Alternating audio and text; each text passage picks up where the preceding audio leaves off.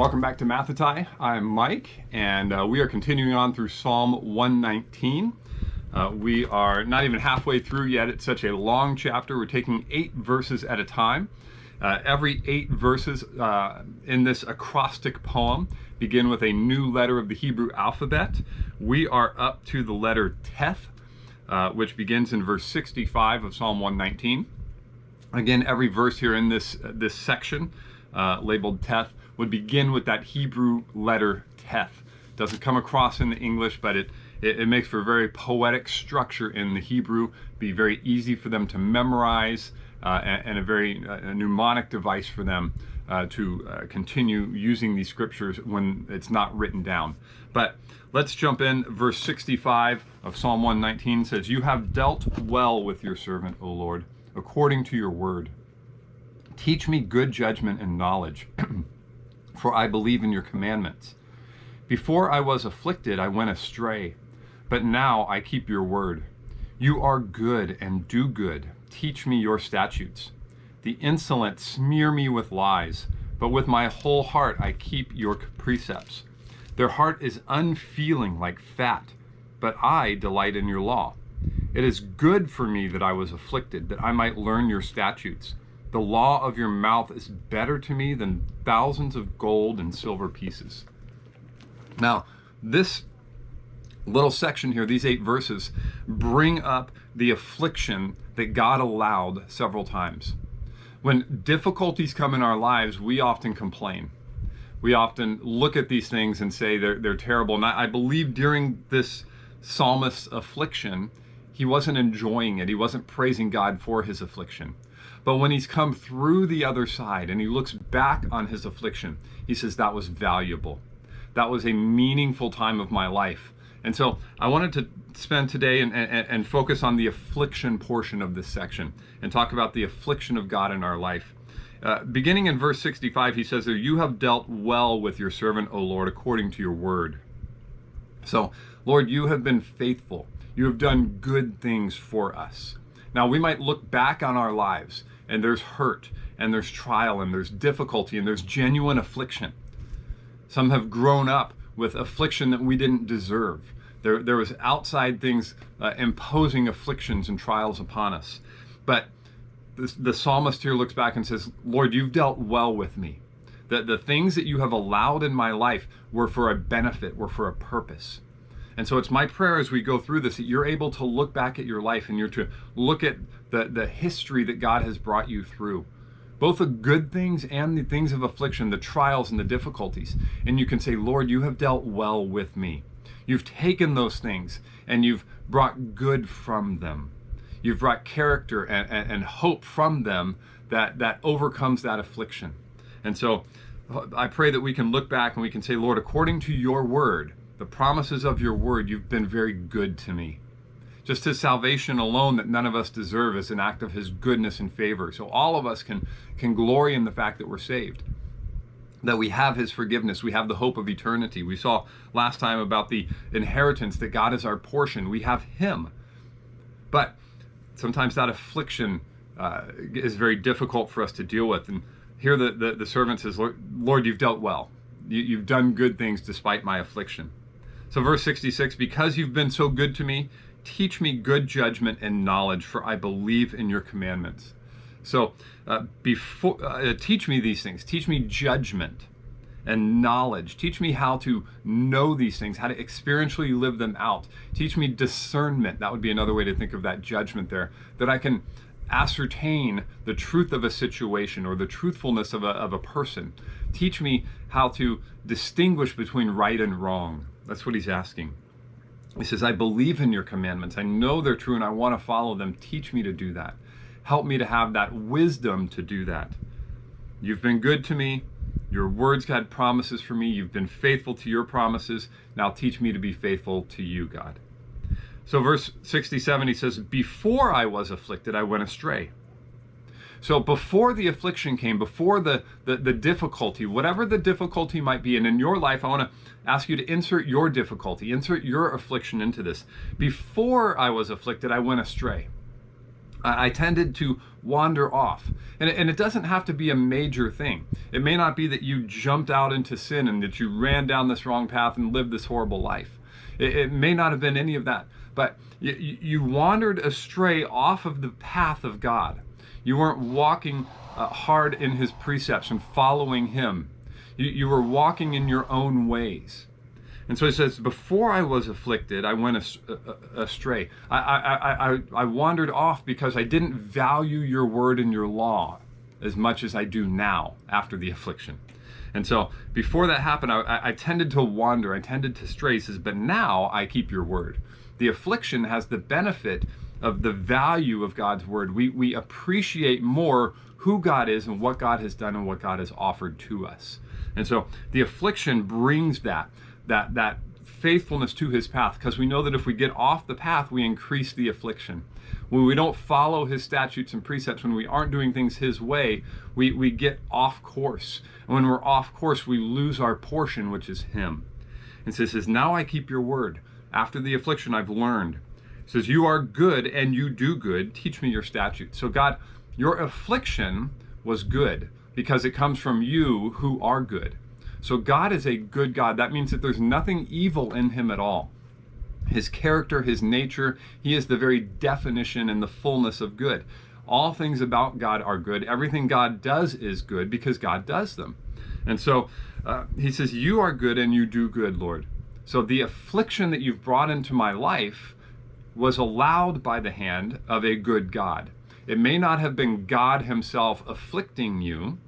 God may not have reached down and done this to you, but he's allowed it in your life. He has that permissive will to allow you and to allow others to do things that bring affliction to us, that bring trouble and strife to us.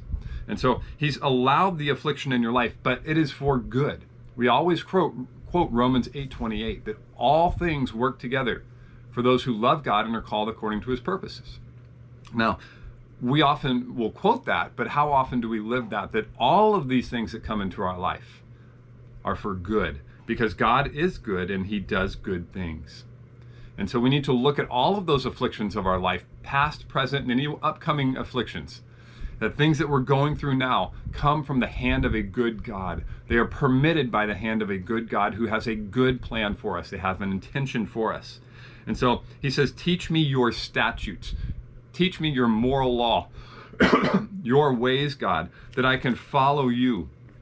The things that he's imprinted upon our heart. Teach me those things, Lord, because you are good and I want to follow your good ways. So your affliction has shown me that, and it's given value to your word.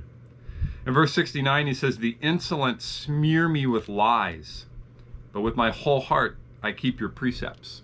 So there are these people out there that are rebellious and insolent and arrogant and against you, Lord, and are seeking my destruction. They lie about me. Have you ever been lied to or lied about? Someone has made an accusation or said something about you to demean your character and to tear you down, but it's an outright lie. And because if you're following God's ways, you're walking uprightly, then there's no shame. When the wicked speak, there's nothing for them to say against you. He says, so the insolent, they smear me with their lies. They have to lie in order to bring an accusation against me. They have to say things that aren't true because I'm walking uprightly. And when I'm walking uprightly, I don't have to fear what they say. He says, the insolent do that, but I know in myself, in my conscience, in my heart, before you, O God, with my whole heart, I've kept your precepts. I've followed after you. I've done what you've asked. I've lived according to your rules and your law. I've served you, God, so I have nothing to fear. I have no shame. I have nothing that I need to defend myself for, because the truth is there and they are lying.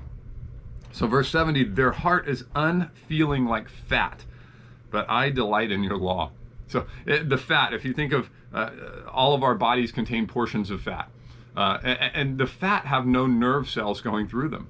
There's no feeling in the fatty portions of our body. And so the fat itself is got its purpose, but it's not designed for feeling and interaction. And so he says, these guys, they're like a vat of fat that's there, this jar of fat that there's no feeling, there's no emotion, there's no care or concern. There's no interest in the good of others. So like fat there, they're unfeeling. They've become hard-hearted. They have no compassion. They have no empathy. They have no sympathy. And so their heart is angry and bitter and upset. And so they lie and they want to destroy. He says, but I delight in your law. I stand uprightly with your precepts. I have followed you with my whole heart. I've given you my whole life.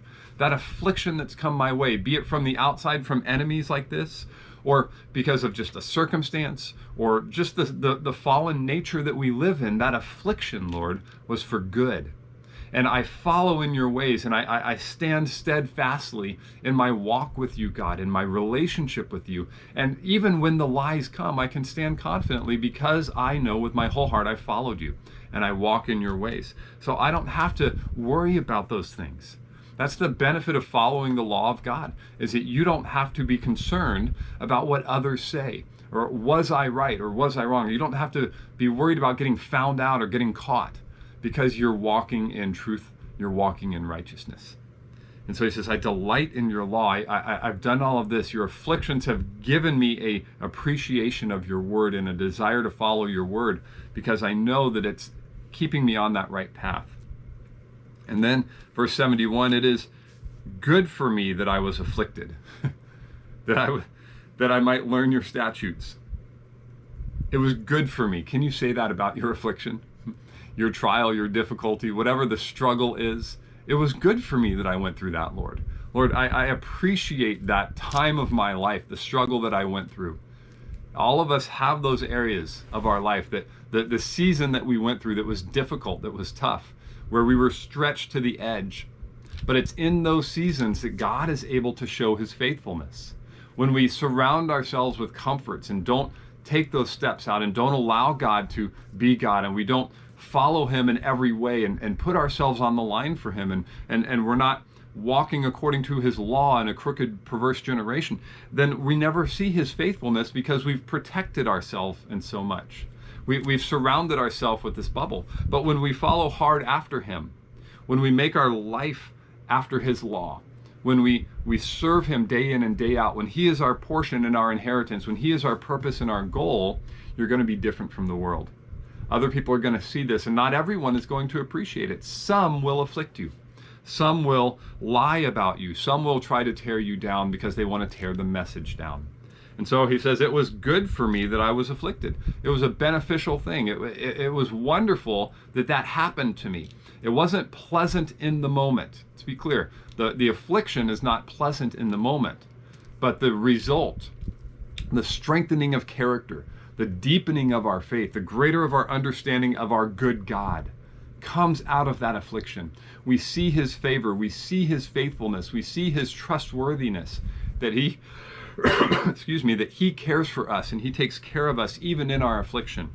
And he says, it's good for me that I might learn your statutes. So through that, I was driven to God. My affliction drove me to the throne, that I might learn more about him and learn to walk in his ways and learn to follow him in greater ways. So it was a good thing, because it caused me to walk in your pathway more. It caused me to stay in your truth, in your righteousness. And he says there, back in verse 65 and 66, you have dealt well with your servant. It was good. This affliction was good. You've dealt well. It's been pleasant. It's been right. Teach me good judgment and knowledge, for I believe in your commandments. Before I was afflicted, I went astray, but now I keep your word. Your affliction was good, because now I keep your word. I went astray before. When life was easy, when things were good, I was easy to wander off. I didn't need you as much, God. I was able to go to the right and to the left, and then maybe come back a little bit when it got a little bit difficult. But this last affliction, the last struggle, the big thing that I dealt with, Lord, that straightened my path out. Now I don't want to get too far away. Now I want to stay close to you. I want to follow your precepts. I want to keep your statutes. In the verse 72, the law of your mouth is better to me than thousands of gold and silver pieces. All the money of this world, all of the riches, all of the glory, all of the fame, all the stuff this world has to offer, the law of God is better. It's more valuable to have the word of the Lord. The Bibles that we have are more valuable and precious to us than all the money out there, than winning the lottery, than any of those things. Now, money makes life easy, but Scripture talks a lot about the difficulties of being rich. That it's easier for a camel to go through the eye of a needle than for a rich man to enter the kingdom of heaven. That it's the rich in James chapter 5, I believe, that oppress you. And so he says, riches can often bring wickedness. Now, not all rich people are wicked. Just because someone has money doesn't mean their heart is not right. But the temptations to trust in our riches, the comforts, can bring complacency. So today, focus on God. Look back at your affliction as a gift from God to keep you walking right in his statutes, to be following him. See them as the gift from a good God who has good things for you. And endure the affliction. Look at the hope that you have coming out the other side, stronger in your faith, stronger in your walk, and knowing God in greater and deeper ways. So endure through your affliction, seek the Lord, follow his ways, stay steadfast to his law, even in the midst of great difficulty and trial, and see God's blessing in your life. So God bless you today. We'll see you next time back in Psalm 119 as we continue along.